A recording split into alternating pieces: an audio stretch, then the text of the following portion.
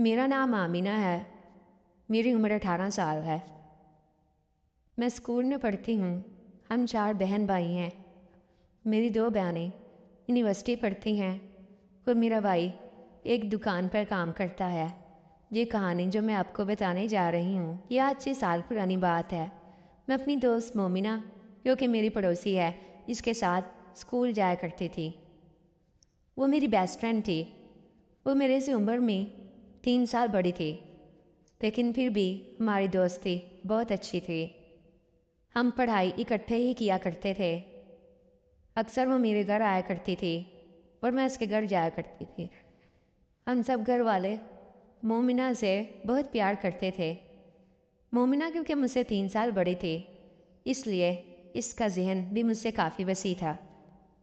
मोमिना मेरे भाई की गर्लफ्रेंड थी, जो कि मुझे भी बहुत बाद में पता चला। वो अक्सर जब भी हमारे घर आया करती थी, मेरे भाई के साथ बहुत सारा वक्त गुजारा करती थी।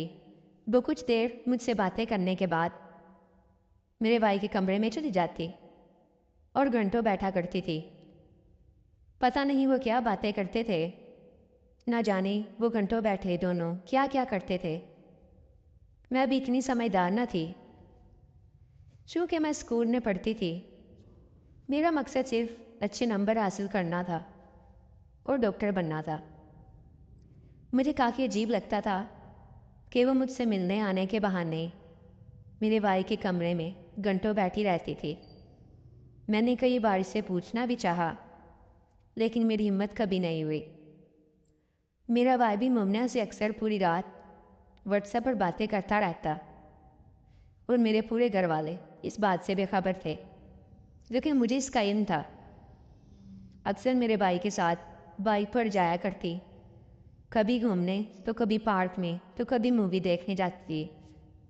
मुझे अंदाज़ा हो चुका था ये दोस्ती से कुछ बढ़कर है। क्योंकि मैं उस वक़्त नादान थी तो मुझे इतना अंदाज़ा ना हो पाया। मेरा भाई गंदी फिल्में देखा करता था और मैंने इसे कई बार देखा था, लेकिन मैंने कभी किसी से बात नहीं की और ना ही अपने भाई से। एक दिन मैंने हिम्मत से मोमिना से पूछ लिया कि तुम भाई के साथ घंटों कमरों में बैठी क्या करती हो। पहले तो वो शर्माई, लेकिन बाद में इसने मुझे बताया कि मैं तुम्हारे भाई की जीएफ हूँ। इस बात का मुझे पहले से ही अंदाज़ा था। इसने बताया कि हम दोनों एक दूसरे से बहुत प्यार करते हैं। वो मुझे चाहता है। इसने मुझसे पूछा कि तुम्हारा कोई बॉयफ्रेंड नहीं है, तो मैंने नफ़ी में सर हिला दिया। मैं ये सुनकर काफ़ी परेशान हुई और हैरान भी थी। तो एक रात मैंने अपने भाई के मोबाइल पर मोमिना और भाई की सारी चैट पढ़ ली। इनके मैसेजेस देखकर मैं हैरान रह गई कि वो किस तरह से एक दूसरे को मैसेज करते और तस्वीरें भेजा करते थे।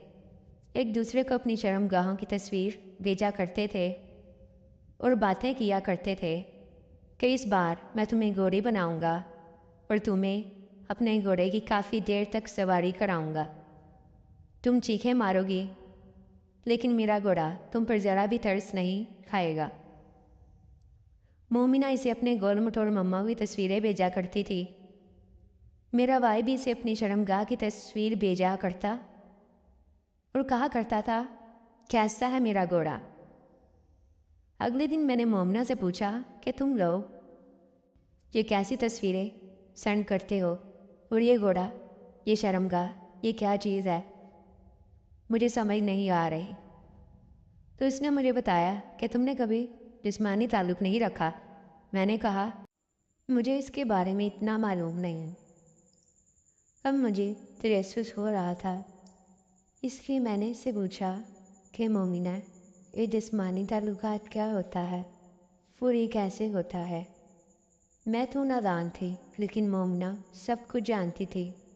बहरहाल वो मुस्कुराई और उसने मुझे बताया कि ये बहुत ही हसीन लम्हात होते हैं। फिर उसने मुझसे पूछा कि तुमने कभी घोड़ा देखा है या कभी घोड़े की सवारी की है। तो मैंने कहा, मैंने कभी घोड़े की सवारी नहीं की।